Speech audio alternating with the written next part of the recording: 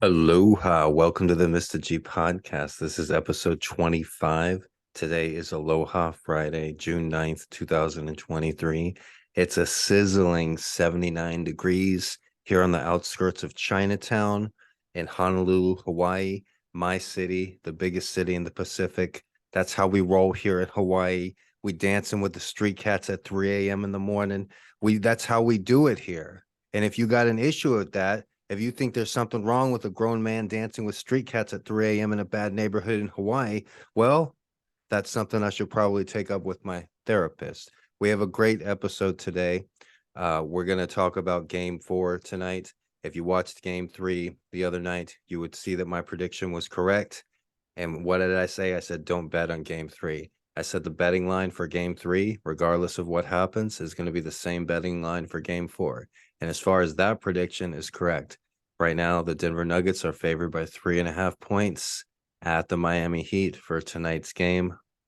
In game 1, the Denver Nuggets were favored by 3.5 points at the Miami Heat.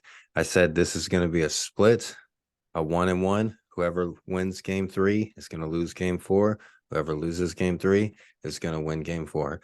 Miami is 3.5 point underdogs, but I would say if you want to make some money, bet on Miami on the money line.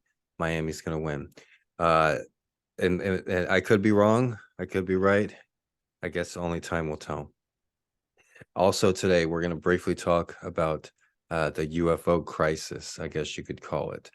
We have orange skies across New York City. The mainstream media is claiming it's from wildfires in Canada, but nobody believes that.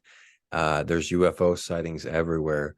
The biggest news on social media yesterday, all the major news corporations were forced to cover it, was a UFO landed in somebody's backyard in the middle of the night in Las Vegas, Nevada. And everybody's like, oh, well, why didn't they film it? Where's the camera? Where's the ring camera? Well, there were ring cameras. There was body camera. And the individuals whose house the alien craft landed on, two 10-foot space, two 10-foot creatures, entities got out, and the guy called 911. It's probably going to be the most famous 911 call ever. And he's looking at these two aliens, describing them with big eyes and big mouths and 8-10 feet tall.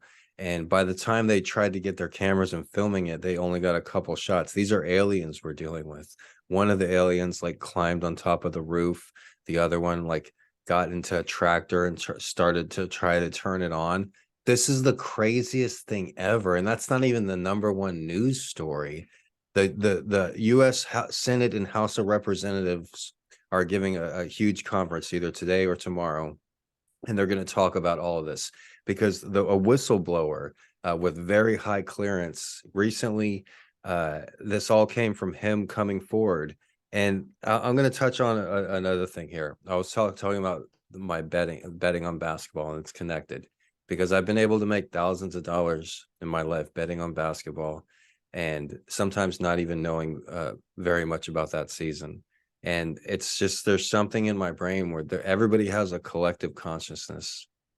There's the famous story about the 100 monkeys, where if you teach a monkey a skill on like if there was a group of islands and they realized that they taught one of the monkeys to wash its fruit. I forget what kind of fruit it was, to wash its fruit, and then it could eat it, or wash whatever food it was trying to eat. And then that monkey taught another monkey, then they taught another monkey and another monkey. But once they reached 100 monkeys or apes on this island, on other islands that had no contact with the original island, they somehow learned how the skill. And they've done the same thing with teaching baboons how to use like a saw. Like humans taught one baboon how to use a saw, and then the baboon started to use a saw, and then that baboon taught other baboons to use saws. Other baboons saw using a saw, and then they started using the saw. And they realized as soon as it got to 100 baboons that knew how to use that saw, other islands in the area, the baboons wouldn't need to be taught how to use the saw. They would just be born inertly knowing how to use that saw. So they call that the 100 monkey effect, but it kind of proves that there's a collective consciousness. And I know I'm not, fucking breaking records in my first 3 weeks of this podcast. I feel it's really good and I love doing it. That's the most important thing. But if you look at earlier episodes, if you look at the timestamps, before all this UFO news came out, I was doing the podcast and I started saying that people from Roswell are going to start coming forward, and the United States, I said this specifically, the United States is going to admit to having unidentified aircraft in their possession, dozens of aircraft, and they're going to admit to re-engineering this aircraft. And I said this earlier this week, probably on Monday or Tuesday. And the thing is, like, to anybody else, they would be lying, right? Because I straight up said, like, yeah, the government is going to release this information and it's going to come out in the public in the next few days. But I had no knowledge of that. There's no way of me knowing anything about that. It had yet to hit the news. That was coming from my brain. I was just saying that. And I was kind of saying, like, oh, shit, I hope that actually happens, because if not, I'm a fucking liar. But the thing is, I've spoken before about how I was in a program where this scientific institute wanted to do research on different extrasensory perception ability that I had. And they were willing to pay me $250,000 if they were able to successfully prove it. But this is an example, like, if you look at the timestamps, before this whistleblower ever came forward, I somehow had knowledge of this and spoke about it on the podcast. Just like how the Nuggets swept the Lakers. The Lakers have LeBron James. There's no reason that anybody, that's not a basketball expert would predict the Nuggets sweeping the Lakers. How could anybody just predict that? Like, I just somehow knew that. And just like I knew the Miami Heat would win game 7 and the Boston TD Garden, they were 7.5-point underdogs, but I'm like, oh yeah, they're gonna win. That's how I've made thousands of dollars betting on sports. Sometimes I just know things and there's no explanation for it. I've developed a very rational, analytical mind. And for whatever reason, for that reason, just to try to confirm that I have these abilities. So like I said, there's no way that I would have known that, but it did come out this week with the whistleblower who had high clearance, and NASA is also giving a press conference. The Pentagon has recently admitted to having extraterrestrial vehicles and, have been reverse engineering and even flying these vehicles. And that's the number one news story of the century. It came out yesterday and the day before. But yeah, that's all. We'll go into that more on tomorrow's podcast. However, today we have a guest. Today we're going to be continuing with what we were talking about yesterday, with the difference between English expressions and American expressions. And my guest today is the lovely Jim, Jem, from Manchester. Say hello, Manchester, England. Say hello, Jim. Hello, I'm happy to be here. I'm excited for tonight's topic. Yeah, we have 7 commonly used American expressions and 7 commonly used English expressions. We're going to determine whether we can figure out which is which. I've looked over the English expressions and I don't seem to really recognize any of them. The American expressions, of course, because I was born and raised in the United States, of course, all of them are familiar, and I thought they were something everybody knows. But let's go ahead and start with the first American expression here. Jim, have you or are you familiar with the expression "for the birds"? No. You've never heard "for the birds"? Oh, No. okay. Well, the thing is, I was thinking about it yesterday, and I realized that over in America, you don't refer to women as birds. So if you to say it in the UK, it could potentially mean men referring to their women, saying, "No, it's for the birds, for their girlfriends." So I haven't got a clue. I can't even guess what it could mean. Oh, okay. That's interesting. I did know that. I had a friend from Manchester, and no, he was from Liverpool, actually close to Manchester, but he would always use that expression. He's like, "Oh, buds." With him it was buds, bifters, and something another B. I forgot what bifters even mean. But for the birds, it's a very common expression in the United States. It's kind of like if you know, drop a couple pennies on the street, it's like, oh, it's for the birds. It's like it's not important. It's just, you know, it's just nothing. It's for the birds. You know, if you spill Ah, like yes, that makes sense. Yes. and I thought like maybe like you're eating a sandwich and some crumbs drop. It's like, oh, it's for the birds. But as far as the actual expression, here's an official usage. An example is his opinion on my jacket is for the birds. He knows nothing about good style.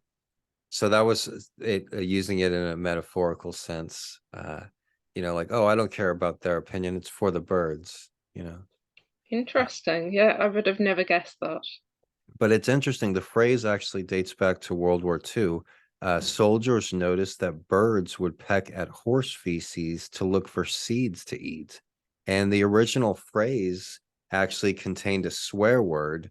The original phrase was, don't worry about that. It's shit for the birds. So that's interesting. But then they toned it down for the birds. Okay. Next up, do you have the first English expression? Bits and bobs. Okay, bits and bobs. Well, I have been a fan of the UK, you could say. I've admired it from a distance since I was raised, and I've known people from England, and bits and bobs. And so I always take notice whenever I hear something like an English expression. And so bits and bobs, I believe it's kind of like you just have a random amount. Like uh I received a wonderful birthday gift recently of English candy, and I would say it was a bunch of bits and bobs, a bunch of different types of uh licorice and candy and chocolate and stuff. Am I right? Bits and Yes, bobs? Okay. yes. And so did you take note of when I said that to you? I've sent you bits and bobs from England, sweets, Uh, all kinds of different yeah, things, maybe you did, but like I said, probably.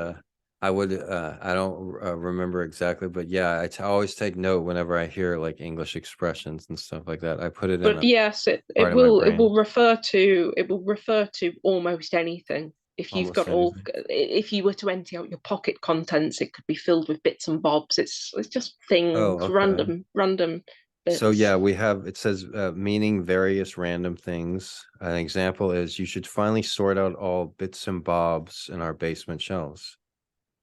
Hmm. Bits and bobs can also be called knickknacks, odds and ends, or junk.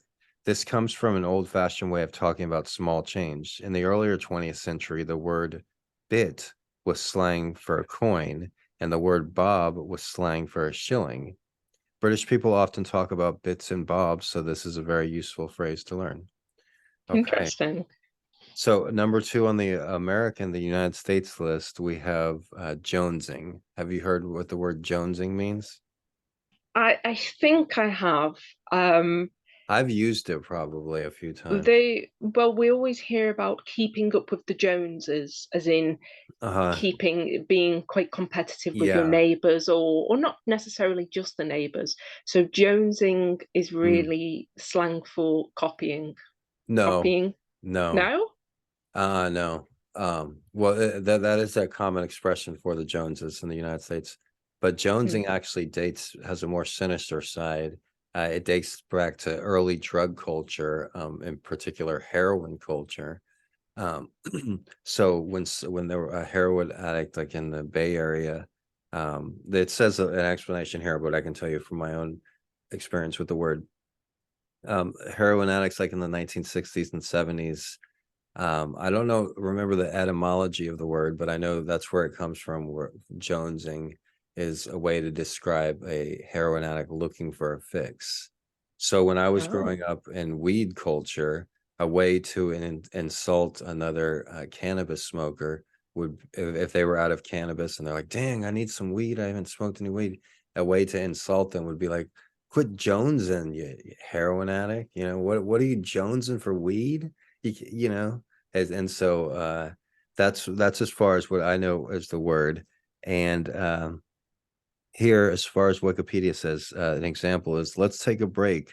I'm jonesing for a nice cup of coffee. Jonesing sounds like it might have something to do with the common American surname Jones. The truth is much darker. The term was originally used to describe heroin addiction. In the late 1960s, the word jonesing was invented to discuss the strong feeling of needing more heroin after taking one dose. So there we have jonesing. All right. Well, I'll be. So Didn't I would have let's never guessed. yeah, let's get on a higher note. What do you have for number 2 for English expressions, Jim? Taking the Mickey. Taking the Mickey. I have never heard that before, or at least not to my knowledge.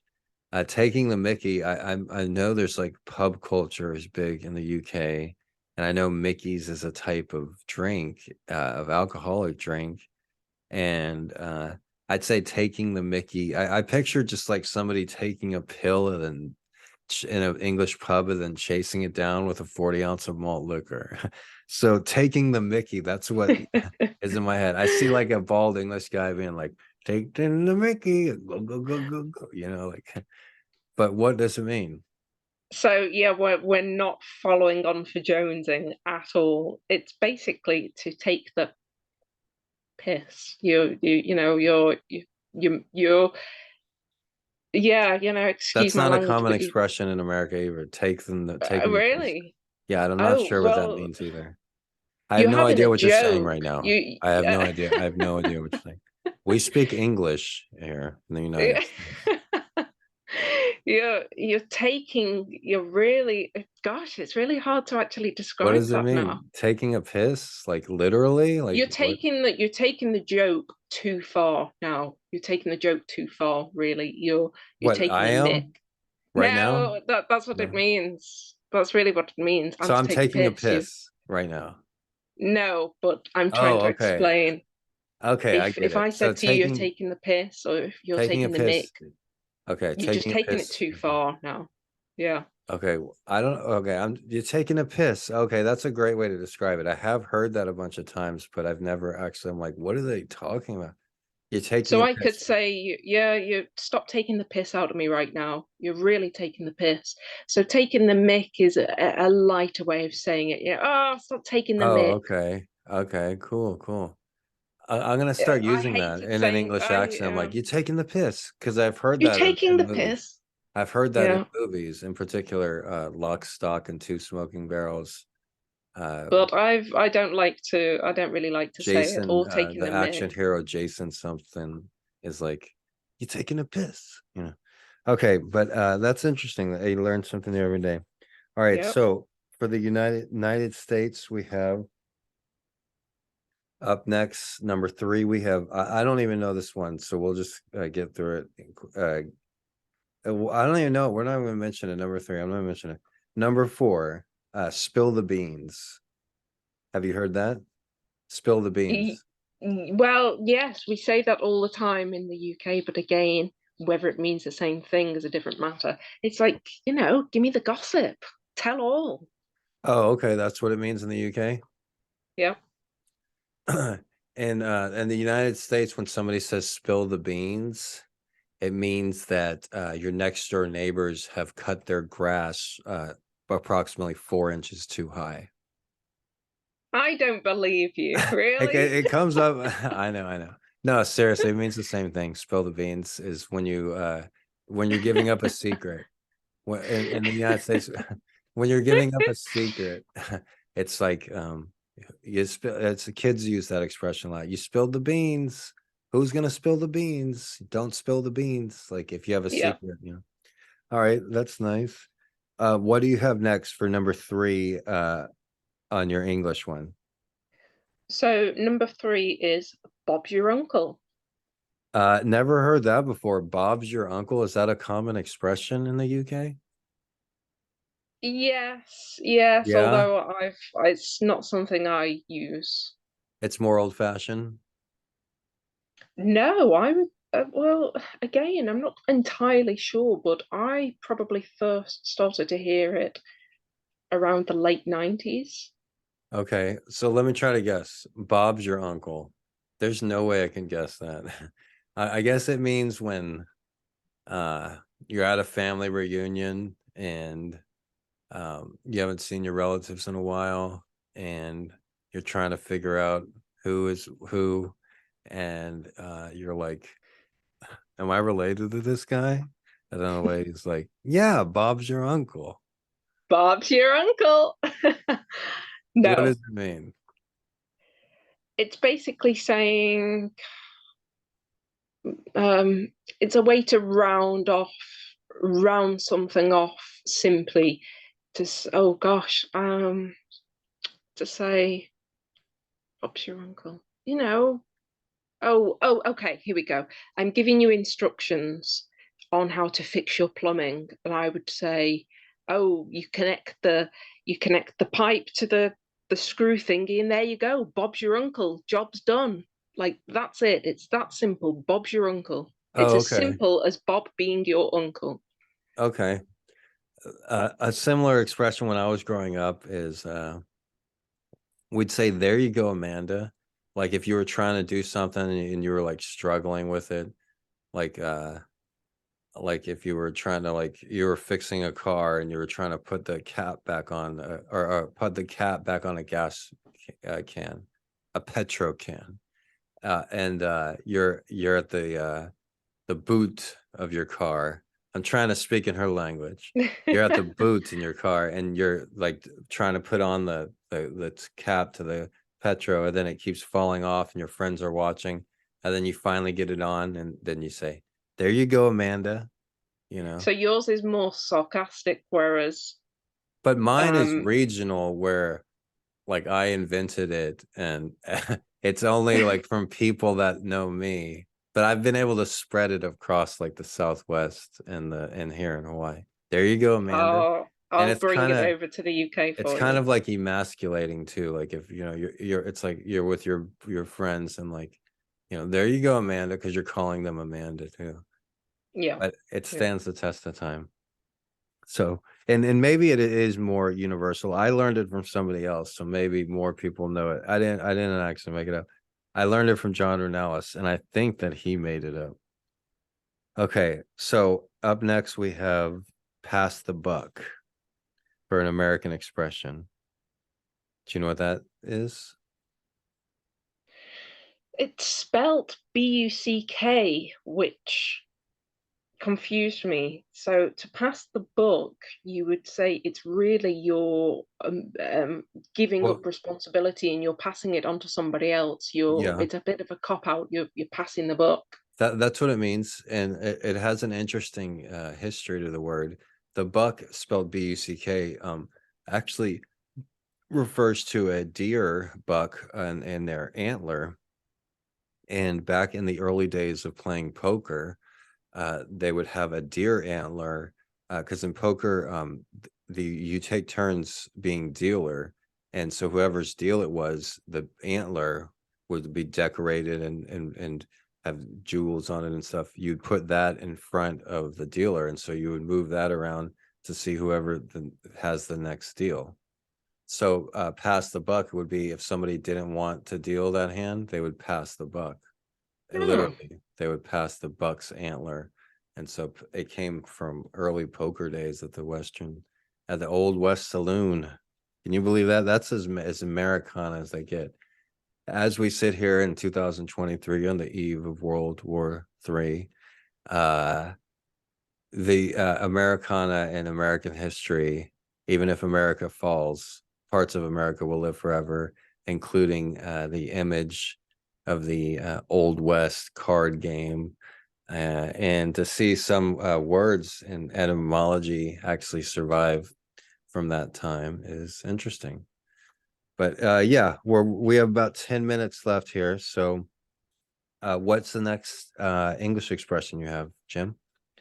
I'm going to bog standard. Bog standard. Mm-hmm. Uh, BOG. I've never heard that before. Bog is like a weather, like I think of cloudiness. Standard is like standard. So maybe bog standard is like usual bad weather, is what I'm guessing. I don't know. What do we have? Really, it just means basic. It's just the basic bog standard, you know. It's- Oh, okay. I don't hear that. I don't hear that so much. I'm trying to find a better way to describe it, but yeah, it's just Well, bog standard. let's How see was your what it day? says, the origin of the word. An adjective describing something basic, functional, but not exciting. Example, it was just a bog standard hostel, but it was very expensive because of the location. In the UK, bog is slang for the toilet. However, calling something bog standard is not necessarily an insult. It just means like a toilet, it serves an essential purpose, but it is not exciting, pretty, or special. Okay, interesting. Bog standard. Yep, just basic. Just basic. All right. Next up for the American expressions, we have to take a rain check. That's a very common expression in the United States. I'll take a rain check. Have you heard? Do you know what that means, Jim? I've definitely heard it. So I'm not sure whether it just me. I'm not really sure. I think it Oh, okay. means Interesting. take a rain check. I think it kind of means I'm going to give it a miss. Well, to take a rain check, is a very common expression in the United States, and it's kind of like you'll do it some other time. Like if somebody's like, "Hey, Mr.G, you want to go out to lunch today?" Oh, no, thanks for the offer. But I'll take a rain check. Uh, hey, would you want to speak in front of the class today? It's interesting, but I'll take a rain check. So it's like you're politely telling somebody that you're turning somebody down. As far as Wikipedia, it says when you're unable to do something right now, but want to politely decline the offer and do it later. I'm busy this weekend, so I can't meet for lunch. Can we take a rain check? This typically American phrase originated from a typically American sport, baseball. When it rained too much, a baseball game would be postponed for a later date. The ticket holders were given a rain check, which was a voucher to attend another game. Interesting. So that also has its term history in American culture. All That right. makes a lot more sense when you say that. I couldn't Yeah. understand the reference of rain. So Yeah, like a rained out baseball game. Okay, so what do you have? I think you just have one more on your English list there. two, if we can fit them in, gutted. Gutted. I think I know what that means. That just means you have everything taken out of you. You're just like have nothing left. You're completely gutted like a fish, right? Yeah, I guess actually, yes, I've never heard it used like that, but that makes a lot more sense. Yes, you're really disappointed. Oh, I'm so you can be gutted in yourself, but I could be really gutted for you. I could be really gutted that Here's an example. something went wrong for you. I was gutted when Chelsea lost the cup final. John Terry should have scored that penalty. So you can be gutted for a sports team, you can be gutted for somebody else. Meaning Mm. when you feel extremely disappointed or upset that something has happened. The normal term gutted means to remove the internal organs from an animal before cooking it. So it can be quite clear to see the link between such a violent action and a word that means extremely disappointed. Hey, poor fish. Hey, fish, how was your day? Can't really say too much. It was gutted. I got nothing.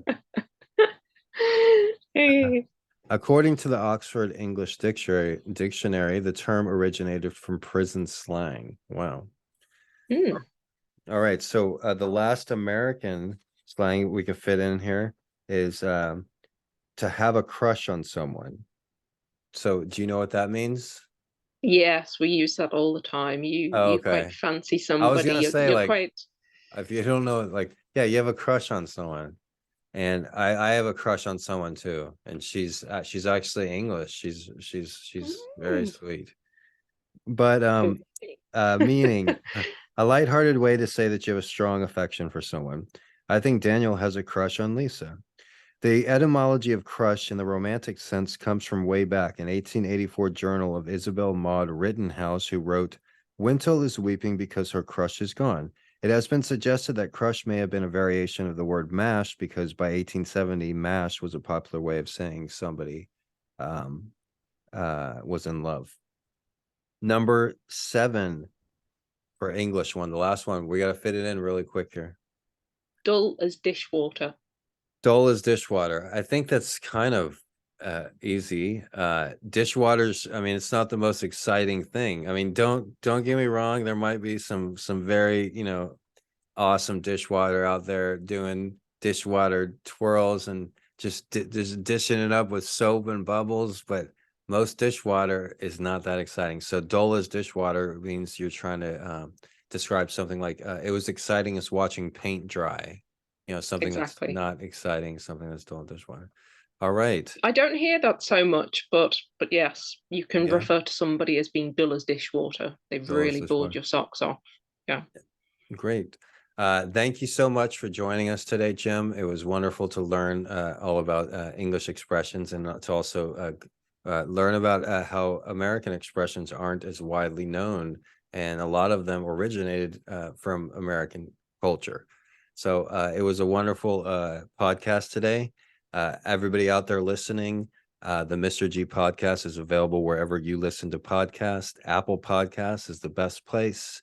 But also Amazon Podcasts, Google Podcasts, and Spotify Podcasts as well. Full episodes of the Mr. G podcast are uploaded in their entirety onto YouTube and Twitter. Thanks again, Jem. And Thank you for having me. yeah, it's wonderful seeing you too. We'll do it again sometime. Tomorrow's episode, we're going to talk more about this UFO invasion. We're going to talk about the UFO that landed in Las Vegas, and we'll go over the results of Game 4. We'll see if I was correct again. If you're listening to the sound of my voice and Game 4 has not happened, bet on the Heat. You'll get almost you'll get like more than almost 2 for 1 on your money. You bet $20, you'll win like $30. So bet on the Heat. Heat are going to win Game 4. Everybody have a wonderful night. Have a wonderful day. For me and all my street cats in Honolulu, Hawaii, I bid you farewell. And everybody, let's enjoy this miracle of us on this rock swinging around this star, going 1,000,000 miles per hour in the boondocks of the Milky Way galaxy, where we're finally being noticed and visited by other members of the Galactic Federation. It's a miracle we're all here. It's a miracle that we exist. Let's be nice to everyone and just try to enjoy everything that we're going through and that we're experiencing on this planet. Have a great day, everybody. Aloha.